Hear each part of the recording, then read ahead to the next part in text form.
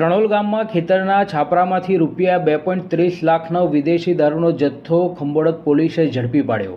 ખંભોળત પોલીસની ટીમે બાતમીના આધારે ગત રોજ 10 ઓગસ્ટના રાતના 7 વાગ્યાની આસપાસ આણંદ તાલુકાના ત્રણોલ તાબે નવાપુરામાં આવેલા એક ખેતરના છાપરામાં દરોડો પાડ્યો હતો। ત્યાંથી ₹2.30 લાખનો ભારતીય બનાવટનો વિદેશી દારૂનો જથ્થો મળી આવ્યો હતો। નવાપુરામાં રહેતા નરેન્દ્રસિંહ ઉર્ફે ઉજી રૈજીભાઈ સોઢાએ તેના ઘર નજીકમાં આવેલા ખેતરના શેડવાળા છાપરામાં વિદેશી દારૂનો જથ્થો સંતાડી રાખી તેનું ખાનગી રાહે વેચાણ કરતો હોવાની બાતમી ખંભોળત પોલીસને મળતા ખેતરમાં દરોડો પાડ્યો હતો। ખેતરના ખૂણાના ભાગે આવેલું છાપરું ખુલ્લી હાલતમાં હતું અને ત્યાં કોઈ માણસ હાજર ન હતો।